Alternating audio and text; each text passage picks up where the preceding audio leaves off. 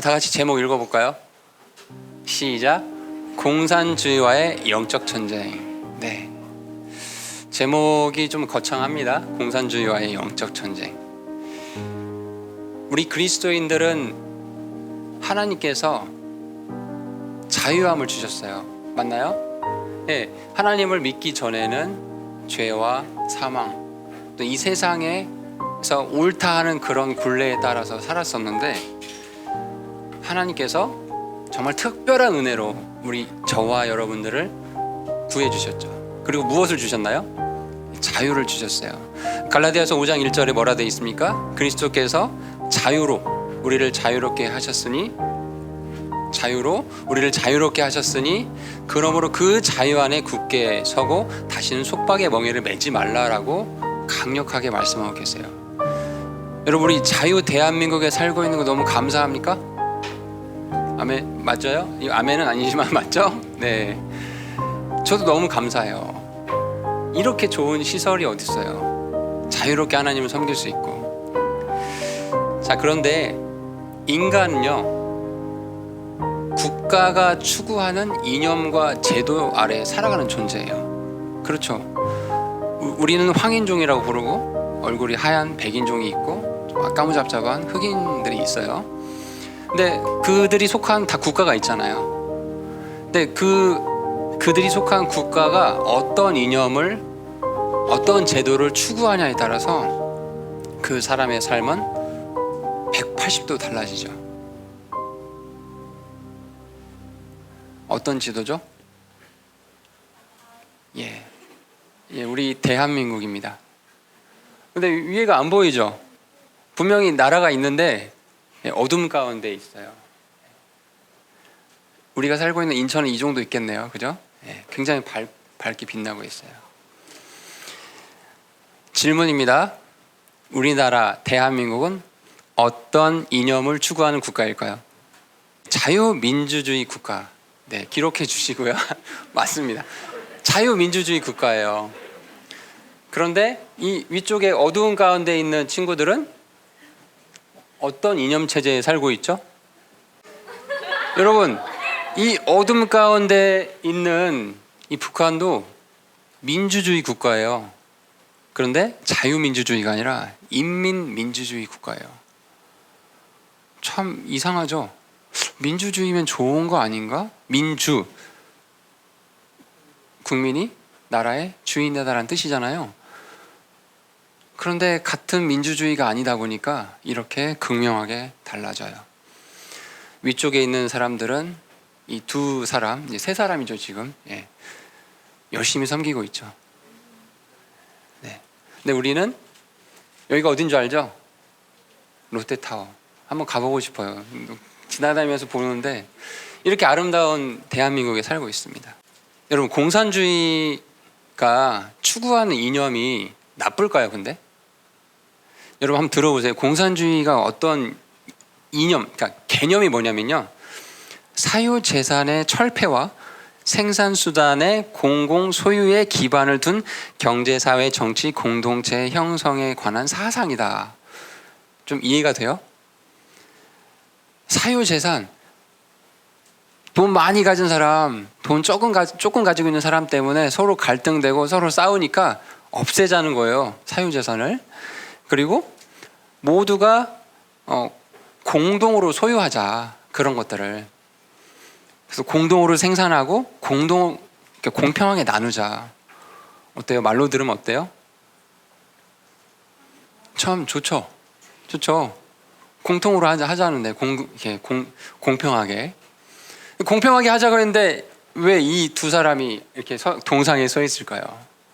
즉 이론과 실제가 다르다라는 거죠. 그 이유들을 이제 쭉 설명을 할 거예요. 최근 2021년도 6월 달에 나온 최근 기사 제목들을 뽑아왔어요.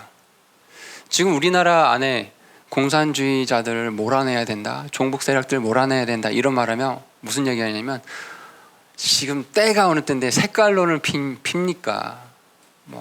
아직도 이념 전쟁에 빠져 있습니까? 이런 얘기들을 하면서 아주 저급한 사람, 지식인이 아닌 것처럼 취급을 하거든요. 그런데 그렇게 얘기하는 모두가 공평하게 잘 사는 나라를 꾸미겠다라고 한 그 국가의 지도자 이 김정은이 어떻게 했어요? 자기 형을 독침해서 피살했죠. 이 사건 알고 있죠. 그런데 그 김정은이 호감이 있다라고 우리나라 사람들이 여론조사에 밝혀졌어요. 정말 아이러니하죠. 자기 형을 독침해서 피살하고 자기 고모부를 고사포총으로 다. 여러분, 고사포총이 뭐냐면요, 사람한테 쏘는 게 아니에요. 건물한테 쏘는 총이거든요. 그 총을 사람한테 쏘면 어떻게 되겠어요? 형체가 없겠죠. 그렇게 아주 비참하게 죽인 그 사람을 호감이 있다라고 우리 국민들이 밝히고 있대요. 교회는요, 종전선언 빨리 하고 평화협정 맺어야 된다, 이런 선동을 하고 있어요. 누구신 줄 알죠? 네. 이분이 이렇게 얘기했어요. 매우 솔직한 사람이다. 기가 찹니다.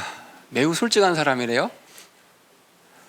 그리고 네, 여당은 계속 이 판문점 선언 준비해야 된다.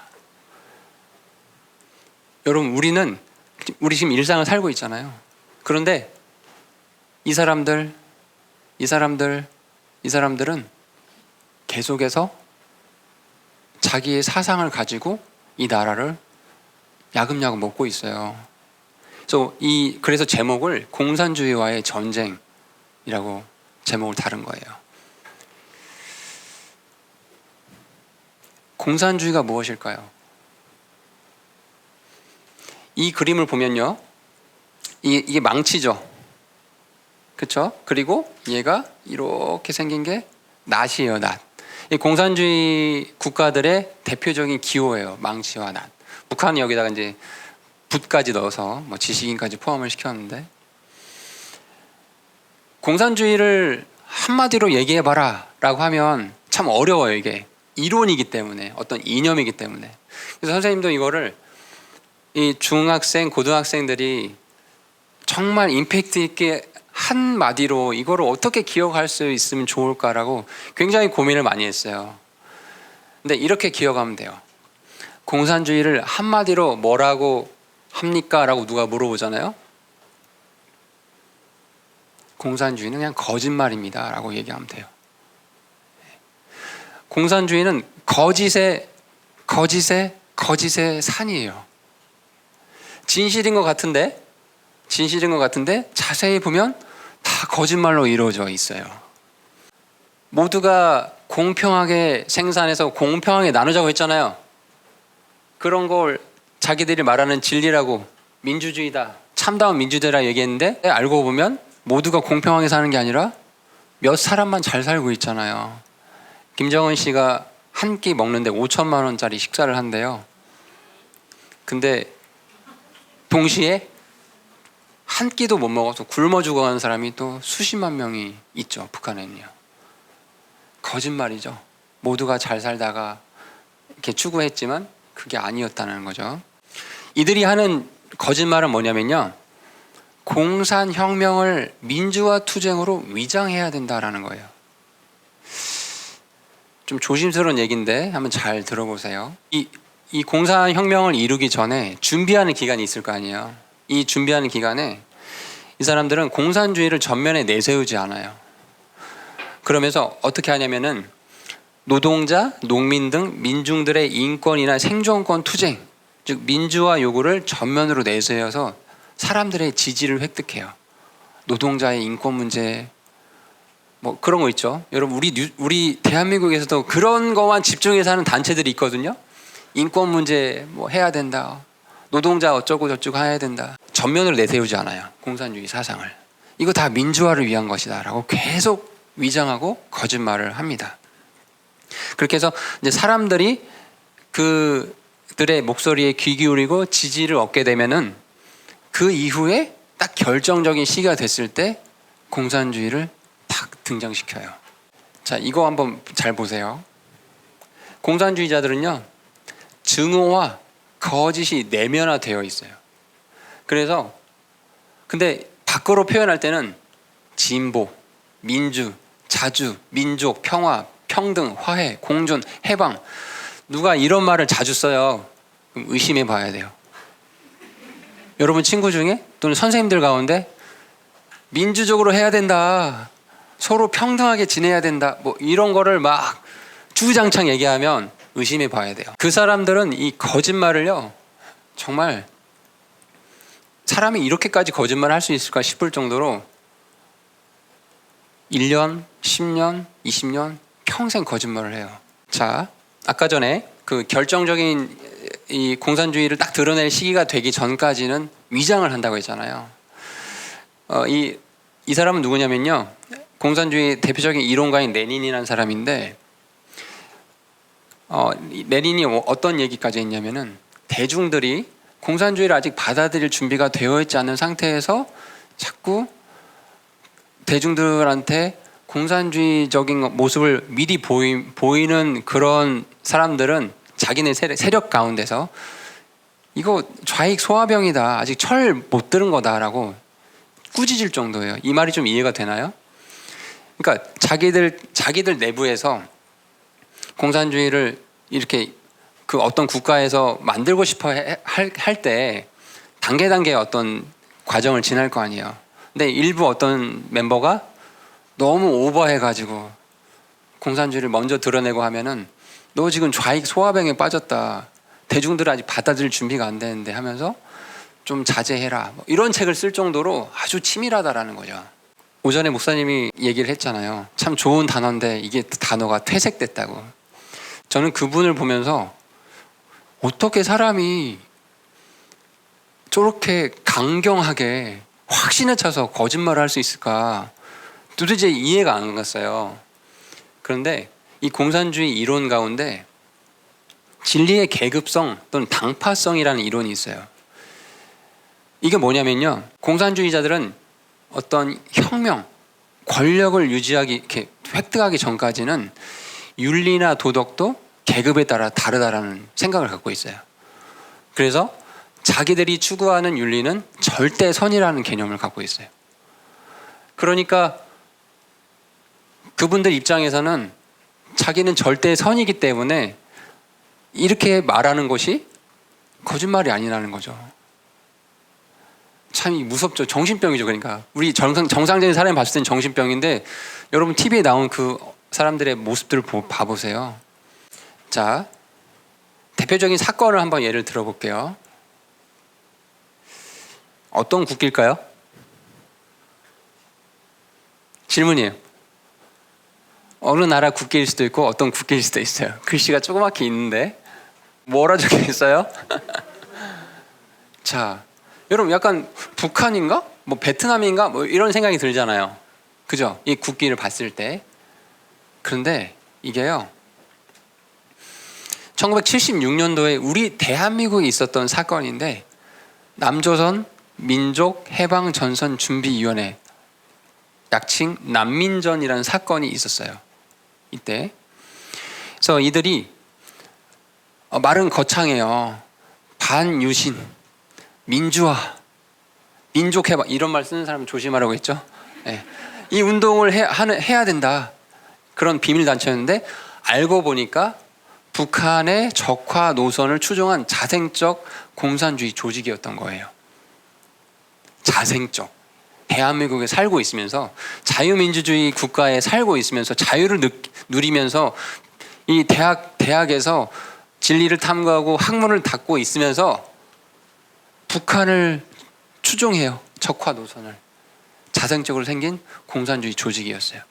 이들의 전략은 뭐였냐면, 1차 민중 봉기를 유발하자, 2차 인민해방군의 이제 민중 봉기를 유발한 다음에 인민해방군을 발전을 시키고 국가 전복을 위해서 투쟁을 해야 된다. 그리고 이제 3차 북한에서 이렇게 그 시점쯤 돼서 다시 공격해서 쳐들어오게 되면 그때 도움을 받아서 사회주의 혁명을 성취해야 된다라고 그 이념을 가지고 했는데, 결국 이제 발각이 된 거죠. 다행인 거죠. 이렇게 발각이 돼서 결국 그 연루자들 가운데 많은 사람들이 검거가 된 최대 공안 사건이었거든요. 근데 여기 보여요, 근데? 2006년도에 이 이 난민전에 가담했던 사람들을 민주화 투사로 인정을 해줬어요. 그래서 우리 세금이 지금 다 이쪽으로 나가고 있어요. 민주화 투사들한테. 전쟁이에요, 진짜. 이거 알지 못하면 이렇게 갉아먹고 있다라는 거예요. 근데 이 무서운 거가 뭐냐? 이 난민전하고 비슷한 일이 최근에 몇 년 전에 아마 이분 모르실 수 있을 것 같긴 한데 2014년도 이 정도 있었던 일이거든요. 통진당, 지금의 정의당의 전신이라고 할 수 있는 통합진보당의 대표였어요. 이 사람이 이 난민전이 했던 방식대로 국가를, 우리나라를 전복시키려 했던 거예요. 근데 결국 발각이 된 거죠. 내란 음모 시도 뭐 이런 법으로 이렇게 발각이 돼가지고 결국 이제 감옥에 지금 잡혀갔어요. 여러분 말씀 같이 한번 읽어볼까요? 시작. 너희는 너희 아비 마귀에게서 났으므로 너희 아비의 욕망들을 행하려 하느니라. 그는 처음부터 살인자요 자기 속에 진리가 없으므로 진리 안에 거하지 아니하고 거짓말을 할 때 자기의 것으로 말하나니 이는 그가 거짓말쟁이요 거짓의 아비이기 때문이라. 여러분 아까 대한민국 사람이에요. 근데 그 머릿속에 있는 공산주의 사상 그리고 그 이면, 그 배경 속에 누가 있다라는 거예요? 마귀가 있다라는 거예요. 이 거짓말의 결과입니다. 공산주의를 추구한 국가들에서 사람들이 많이 죽어나갔어요. 전 세계적으로 한 1억 명 가까이가 학살당하게 됐어요. 근데 이 공산주의자들이 이렇게 학살을 하는 데 있어서 자기들 나름대로 원칙을 세웠어요. 왜냐하면 사람이, 여러분, 한 사람을 죽이는 것도 평생에 없는 일이잖아요. 여러분 1억 명을 죽였어요. 이건 정말 감당할 수 없는 그런 거죠. 그러니까 자기 합리화를 해야 되잖아요. 나는 올바른 일을 한 거야. 어떻게 합리화를 했냐면 우리 편, 즉 공산주의는 절대 선인데 우리 편이 아니면 모두가 적이다. 이 적은 제거하는 게 선을 실현하는 거다라는 생각을 가졌어요. 그래서 대전제는 뭐냐면 공산주의는 인류를 구원하는 절대 선이라고 얘기를 해요. 근데 반대 세력이 있어요? 그들은 절대 악이라는 거죠. 그러니 절대 선인 공산주의를 위해서 절대 악을 제거해야 된다라는 이 논리로 1억 명을 죽였습니다. 소련에서는 3,800만 명이 죽었고요. 중국에서는 6,500만 명이 죽었고요. 베트남에서는 100만 명이, 캄보디아에서는 200만 명이, 동구 공산 정권에서 100만 명이, 아프리카에서는 1,500만 명이, 북한에서는 200만 명 정도가 죽은 걸로 통계로 나오고 있어요. 이 거짓의 끝은 학살, 죽음이라는 거죠. 기독교의 결과, 열매는 무엇이에요? 생명이잖아요. 맞습니까? 기독교의 정신과 어떤 진리가 들어가면 생명이 되는데 마귀의 걸작품이 이 거짓말로 둘러싸인 공산주의 이념에 심취하면 학살로 끝난다라는 거예요. 자, 두 번째, 이 공산주의자들이 트는 투쟁 전략인데 거짓말이 있다면 두 번째는 뭐냐면요, 대중을 내 편으로 만드는 전략을 세워요. 그렇게 하려면 어떻게 되냐면 사람들이 이건 상식이야 라고 말하는 것들 있잖아요. 그 상식을, 여러분 공산주의에 대한 편견이 있잖아요. 보통 사람들이 야 그거 북한에서 하는 공산주의 그게 뭐가 좋다고, 이런 편견이 있잖아요. 근데 그것을 여러 가지 방법들로 괜찮은 거야, 이게 더 오히려 지금 우리 자유민주주의보다 더 나은 거야 라고 사람들 가운데 그게 상식이 되게끔 만들어가는 전략을 피고 있어요. 그래서 대중들이 지지를 하게끔. 그 전략이 통일 전선 전술이라는 거예요. 그리고 아주 대표적인 또 공산주의 이론가인데 안토니오 그람시의 진지전 이 이론을 통해서 이 일을 하고 있어요. 대중을 내 편으로 만드는 일을요. 공산주의 대표 이론가들이에요. 공통점만 발견해 보세요. 자, 이 사람 누구예요? 네. 기록해 주세요. 네, 마르크스예요. 이 사람이 한 말입니다. 기독교는 인민을 노예로 만드는 아편이 뭐예요? 마약이라는 거야, 마약. 이 레닌이 한 말이에요. 레닌이 뭐라고 했냐면 교회는 노동자, 농민, 무산 대중의 원수래요. 그래서 대형 교회들부터 파괴를 해야 된대요. 만약에 레닌이 지금 살아있다면 우리 교회가 또 상당히 1순위가 될 수 있겠네요. 그리고 이 사람이 안토니오 그람시예요. 겉으로 보면 되게 엘리트처럼 생겼잖아요. 근데 이 사람이 사실은 키가 152cm밖에 안 돼요. 어린 시절에 사고를 당해가지고 척추에 이제 문제가 생겨서 우울한 어떤 어린 시절을 보냈어요.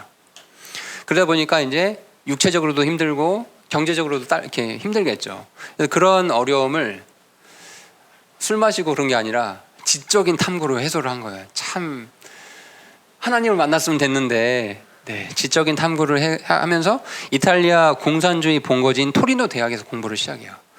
그리고 이제 이탈리아가 그 시기에 이제 파시스트들이 장악했던 시기였거든요. 그래서 그 이탈리아의 파시스트들 무솔리니를 암살 기도했다라는 그 혐의로 체포가 돼요. 감옥에 갇혀요. 감옥에서 공산주의 이론을 만들어냅니다.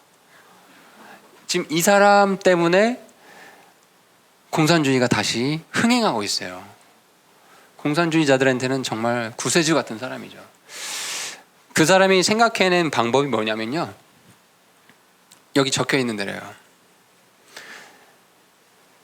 정치, 사회, 문화, 예술, 언론, 교육 등 모든 분야에서 사회주의를 지지하는 분위기를 만들어야 된다. 또 가치관, 학설, 예술 형태, 논리, 그리고 용어를 확산시켜서 진지 하나하나를 확보해 나가야 된다. 여러분, 진지라는 게 알아요? 이렇게 전투를 할 때 어떤 지역을 한 번에 이렇게 점령할 수 없기 때문에, 예를 들어 인천 지역을 점령하고 싶으면 서울에서부터 온다고 했을 때, 그렇죠? 뭐 부천 지역에 가까이 있는 부평을 먼저 점령하고, 그리고 뭐 이렇게 올 거 아니에요. 마지막에 저기 강화도까지 가서 점령을 다 할 거 아니에요. 마치 그런 것처럼 예술, 정치, 언론, 교육 이런 각 분야에서 공산주의 이론에 입각한 자들이 배치가 돼서 하나하나 점령을 하면 된다. 그러니까 장기적으로 투쟁을 해야 된다는 거예요. 그래서 대세가 유리하다고 판단되면 진지에서 뛰쳐나와서 기동전으로 아주 빠르게, 이 기동전은 폭력을 쓰는 거거든요. 중국이나 소련이 이렇게 해서 망했어요. 그래서 결정적으로 정권을 장악해서 사회주의 계급혁명을 성공시켜야 된다. 이건 좀 이따 얘기할게요. 먼저 아까 통일전선전술에 대해서 얘기를 할게요. 이 통일전선전술은 한마디로 이런 거예요. 이 공산주의자들은 권력 획득을 위해서는 누구라 하고도 친구가 될 수 있어요. 불교도이든 뭐 유교도이든 이슬람교이든 상관없어요. 권력을 획득하기 위해서. 그래서 만약에 세 사람이 있으면 한 사람하고 친구가 돼서 그 한 사람을 죽여요. 그럼 두 사람이 남을 거 아니에요? 그리고 나머지 이 한 사람도 죽여서 권력을 획득하는 그 방법이 통일전선전술이에요. 이분은 아주 유명한 목사님이세요. 북한의 초기에 부흥기에 있었을 때 굉장히 많은 성도들과 목사님들을 길러낸 김익두 목사님이라는 분이신데, 이분이 안타깝게도 이 북한의 통일 전선 전술의 희생양이 되셨었어요. 참 지금으로부터 한 70년대 전 상황들이죠. 이렇게 천막에 모여서 옹기종기 말씀을 듣고 있어요. 참 정겹죠. 선생님 어렸을 때 다녔던 교회가 이런 모습이었거든요. 의자가 없어가지고 앞에 이렇게 강대상 있으면 옹기종기 앉아가지고 같이 말씀 듣고, 부흥회 하면 앞에서 막 그렇게 같이 찬양하고 막 그랬던 기억이 나는데, 참 아름다운 모습이잖아요. 이분의 양력을 이렇게 요약을 해보면은 이분이 사실 처음부터 이렇게 목회자가 된 건 아니었어요. 젊은 시절은 좀 방탕한 생활을 하셨었대요. 그러다가 1900년대, 지금으로부터 한 120년 전이죠. 1900년대 미국 선교사인 스왈렌이라는 선교사님을 통해서 이제 복음을 전달받게 돼요. 그리고 이제 그 일 이후에 기독교에 입문하게 된 거죠. 그리고 이제 평양 장로회에서, 여기 보시면 평양 장로회 신학교에서 공부를 하세요. 그래서 이제 목사님이 되셨죠. 이분이 그리고 그래서 황해남도죠, 정확하면. 그 신천이라는 곳이 있었는데 그곳에서 목회를 하시는데 무려 기독교 인구가 그 지역에 몇 프로였을 것 같아요? 근데 60% 가까이, 네, 여러분 60%가 다 기독교인이었대요. 한 도시에. 굉장하죠. 이렇게 할 정도로 복음 전파에 아주 힘쓰셨고, 또 그렇게 하다 보니까 방공 애국 사상이 아주 철저한 지역으로 만들었죠. 기독교인들이 모인 곳에서는 하나님을 섬기기 때문에 그러니까 공산주의자들은 무신론자들이거든요. 신이 없다고 생각하는 사람들이거든요.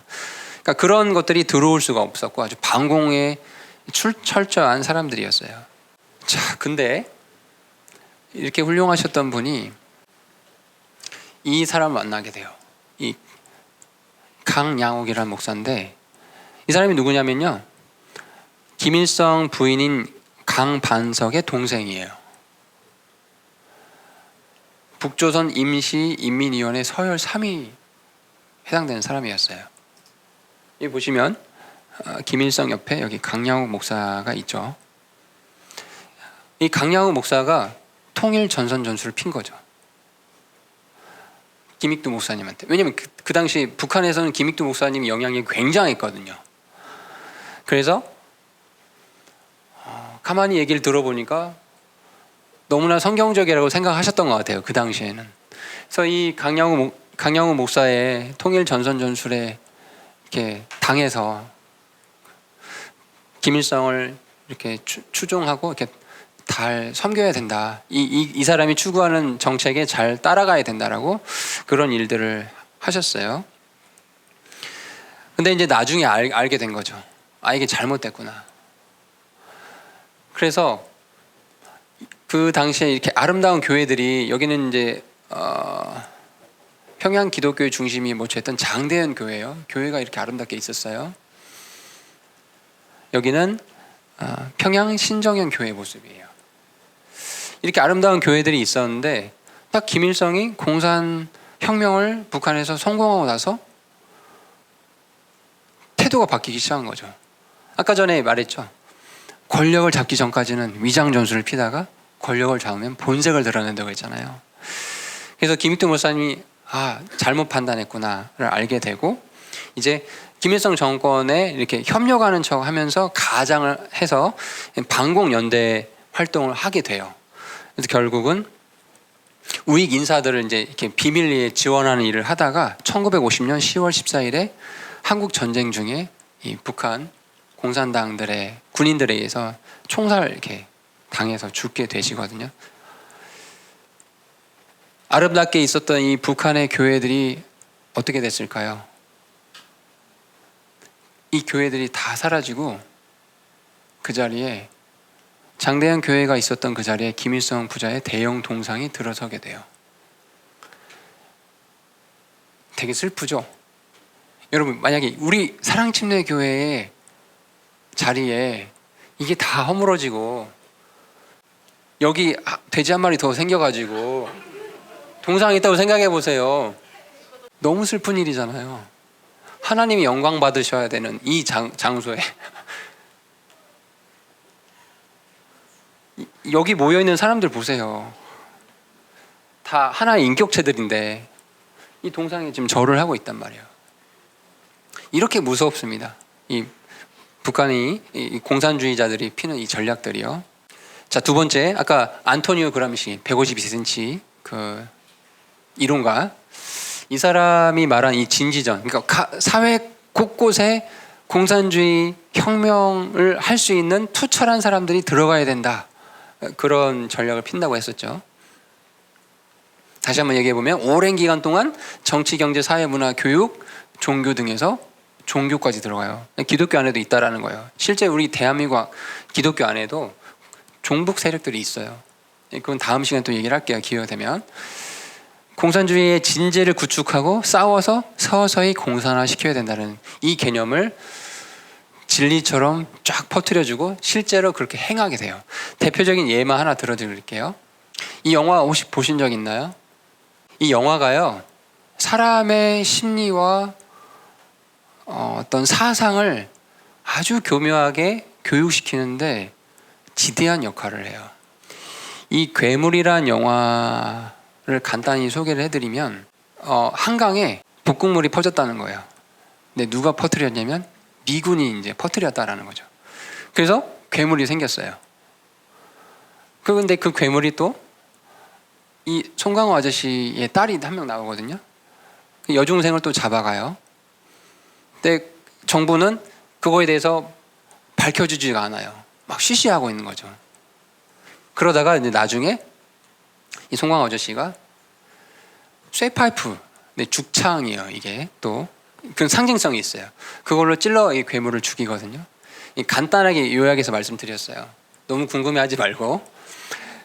이 영화를 보고 나면 어떤 생각이 드냐면 한강에 독극물을 퍼뜨리다니 누가? 미군이. 미국은 정말 괴물 같은 존재들이네. 대한민국에. 암시가 된다는 거예요. 마음속에. 근데 우리나라 국민이 잡혀 들어갔는데, 괴물한테 잡혀갔는데 국가는 아무 일도 안 하고 쉬쉬하고 있네.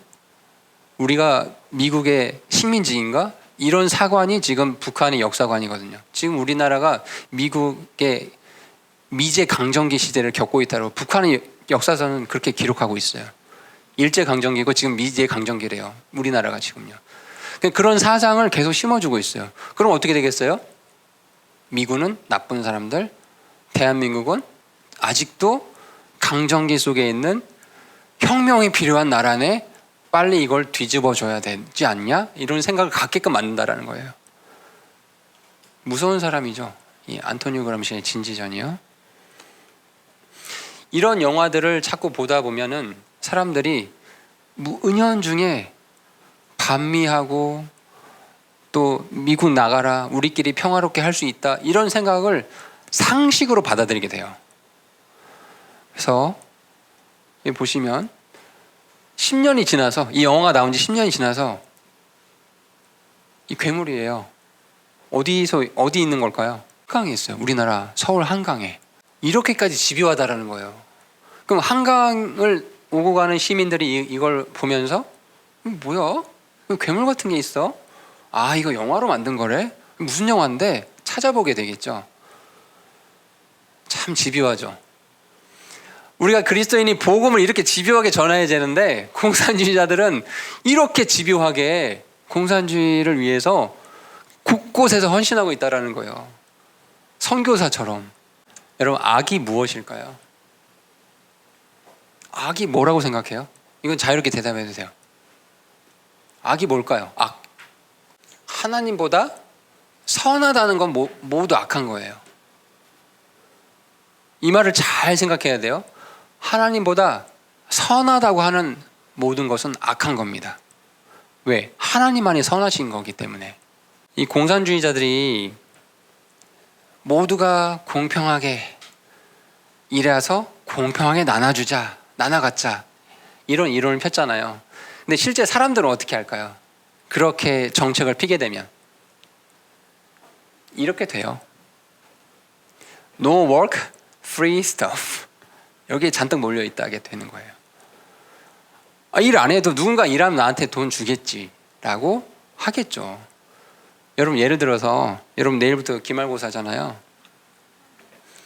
근데 만약에 전교 1등 점수를 나눠줄게 라고 하면 공부하겠어요? 안 하겠어요? 적당히 내가 한 70점 맞고 전교 1등 20점 주면 나 90점인데? 괜찮네, 이렇게 생각할까요? 그게 정말 그 학생을 위한 걸까요, 그게? 아니죠. 공산주의 사상의 열매들, 이제 마무리 단계예요. 이렇게 요약할 수 있어요. 지금 이 대한민국 땅에 드러난 열매들, 과도하게 성소수자 인권을 주장하게 돼요. 그리고 다원주의 종교 통합을 주장하게 되고 무상복지 포퓰리즘을 주장하게 돼요. 근데 기독교 안에도 종북 세력들, 공산주의 사상에 이렇게 심취한 사람들이 있다고 했잖아요. 동성애는 죄악입니다. 그거 하나님 싫어하신 겁니다. 이렇게 얘기하면 이 공산주의 사상에 심취한 종북 세력, 즉 종북 이념을 가진 기독교인들은 어떻게 대답하냐면, 아니 동성애자도 사람인데 사랑해줘야죠. 소수자 인권을 보호해야 되는 거 아닙니까? 하나님 정말 못되신 분이네요. 이렇게 편협하셔서 되겠습니까? 이렇게 말을 한다라는 거예요. 하나님을 지금 탓하고 있죠. 하나님보다 자기가 선하고 있어요. 근데 성경은 뭐라고 하고 있어요? 남자가 남자와 더불어 보기 흉한 이 동성애 짓을 하면 잘못하고 있는 거다. 또 종교통합, 다원주의 부분에서도 이렇게 얘기해요. 하나님 너무 편협하시네. 착하게 살면 좀 구원시켜 주시지. 꼭 예수님만 믿어야 된다고 그렇게 얘기하냐. 천주교 믿어도 뭐 이슬람 믿어도 다 모두 표현만 다를 뿐이지 하나님 믿는 거 아니냐. 이렇게 얘기를 한다라는 거예요. 하나님보다 더 선하고 있죠. 하나님을 지금 꾸짖고 있어요. 그 사람들은. 근데 말씀 뭐라고 하고 있어요? 오직 예수님께서 이르시되 내가 곧 길이요 진리요 생명이다. 나를 통하지 않고는 아무도 아버지께로 갈 수 없다라고 말씀하고 있어요. 무상복지 포퓰리즘. 하나님 되게 인색하시네. 너 왜 이렇게 인색해? 못 사는 사람들 좀 나눠주면 어때서? 복지 혜택 주는 게 뭐가 문제야? 공부 열심히 해서 전교 1등 점수 좀 나눠주면 어때? 이렇게 말하는 거 똑같거든요. 근데 말씀 뭐라고 하고 있어요? 누구든지 일하려 하지 않거든 먹지도 말라. 누구든지 공부하려고 하지 않거든 점수 받을 생각하지 말라. 뭐 이런 얘기죠. 전혀 일하지 아니하고 참견하기 좋아하는 자들이 더러 있다. 전혀 공부하지 않고 이것저것 참견만 하는 사람들이 더러 있다. 나라가 어떻네, 헬조선이네, 어쩌네 하면서 하나님보다 선하다고 하는 건 다 악한 겁니다. 하나님께서 이 시대에 지금 우리 그리스도인들에게 무엇을 원하실까요? 이제 이걸 좀 생각하고 이제 마무리를 할게요. 하나님께서 이 시대에 필요로 하는 사람, 모두가 자기 나름대로의 철학을 가지고 내가 하는 것이 옳다라고 말하고, 대한민국은 자유민주주의 국가라고 헌법에 명시했음에도 불구하고 무슨 소리냐, 인민민주주의, 모두가 잘 사는 그 유토피아를 추구해야 되지 않겠냐 하면서 거짓말로 선동하고 있는 이 많은 이 공산주의자들이 함께 지금 이렇게 섞여 있잖아요. 지금 우리가 마치 영적인 사사기 시대와 같아요. 지금 이 시대가요. 이 사사기 시대에 그럼에도 불구하고 하나님께서 쓰시는 사람들이 있었어요. 이제 잘 들어보세요. 여러분이 다 이런 사람들이 됐으면 좋겠어요.